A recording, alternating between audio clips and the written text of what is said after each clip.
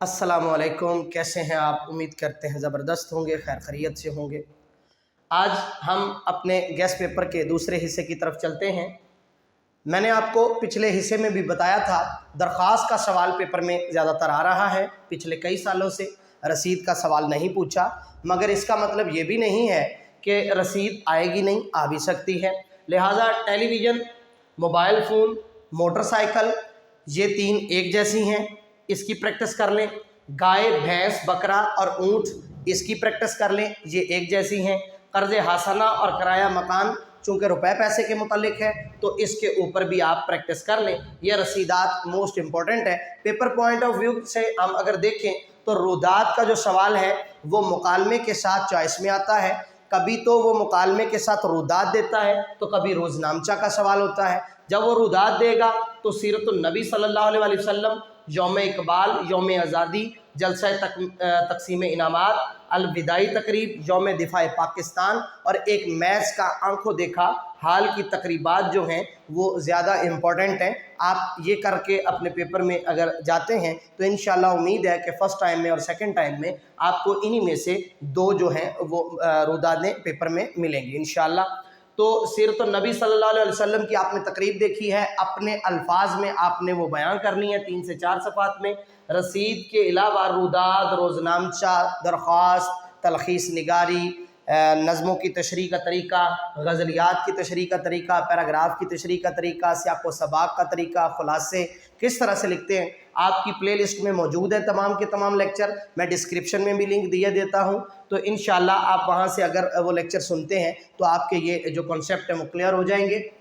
रोज़नामचे की बात करें तो सरकारी, अखबारी और ज़ाती नौयत के आपको रोज़नामचे पेपर में पूछता है। ये बनिस्बत रुदात और मुकालमे के आसान सवाल है। आपने रोज़ाना की रूटीन जो है वो बयां करनी होती है 1 से 2 सफ़े के अंदर।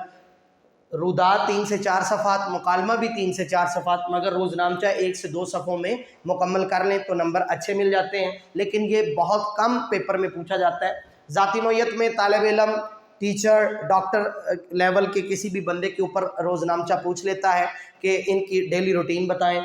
इसी तरह से अखबारी नौयत के जैसे सहाफ़ी वगैरह जो सारा दिन में काम करते हैं वो शाम में अपनी डेली डायरी तैयार करते हैं।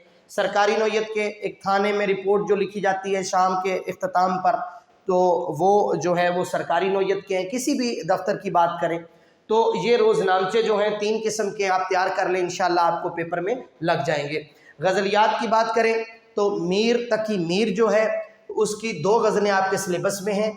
पहली गज़ल के पहले से चौथे अशार तक आपको इंशाल्लाह जो है वो पेपर के अंदर मिल जाएंगे, अगर वो मीर तकी मीर से देता है। अगर गज़ल नंबर 2 को आपके पेपर में शामिल करता है तो चौथा, पाँचवा और छठा मोस्ट इम्पॉर्टेंट अशार है। इसी तरह से आतिश, पहली गज़ल 1, 2, 3 और 4 शेर। इसी तरह से उसकी दूसरी गज़ल के पहले 3 अशार जो हैं वो मोस्ट इम्पॉर्टेंट है। दाग दिल भी मैं चॉइस में छुड़वा रहा हूँ। हाँ, अलबत्ता जो अच्छे बच्चे हैं जिन्होंने मुकम्मल पेपर तैयार करना होता है वो ज़रूर करें, लेकिन इनके ऊपर ज़्यादा फोकस कर लें, इंशाल्लाह पेपर में फ़ायदा होगा। मोमिन खां मोमिन की बात करें तो दूसरी गज़ल हम चॉइस में छोड़ रहे हैं, पहली गज़ल के पहले 6 अशार। हसरत की बात करें तो पहली गज़ल चॉइस में छोड़ रहे हैं और दूसरी गज़ल के पहले 4 अशार मोस्ट इंपॉर्टेंट है। फैज़ अहमद फैज़, दूसरी गज़ल के दूसरा, तीसरा और चौथा अशार जो आपके सामने है, और नदीम की दूसरी गज़ल के पहले 3 अशार मोस्ट इम्पॉर्टेंट है।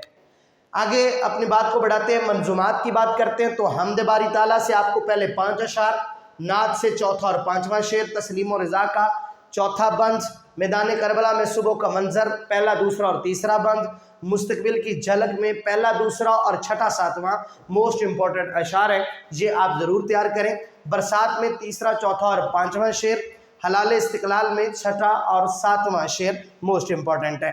खताब व जवाना ने इस्लाम पहला, दूसरा, 5वां, छठा, 7वां और 8वां शेर। इसी तरह से पैगाम में छठा और 7वां शेर मोस्ट इम्पॉर्टेंट है।